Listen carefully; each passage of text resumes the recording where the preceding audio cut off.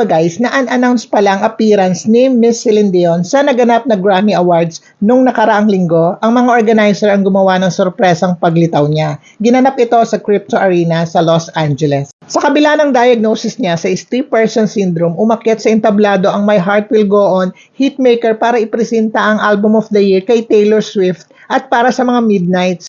Ito ang ika-4 na panalo ni Taylor Swift para sa Grammy Awards. Kasalukuyan siya ngayon na 34 years old. Usap-usapan din ngayon ang pag-ignore ni Taylor Swift kay Celine Dion bilang main presenter ng kanyang awards. Well, baka na-overwhelm lang siya sa sobrang saya niya, nakalimutan niya, pero nakatatlong awards na siya na Grammy. At saka si Celine Dion yun, di ba? Bakit mo siya makakalimutan? Charot lang. Pero di ba nga, ikaw nga pag binigyan ka ng medals or honors ng mga teacher, i-acknowledge mo or magti-thank you ka, mag-hug ka. Panoorin yung nangyari, guys.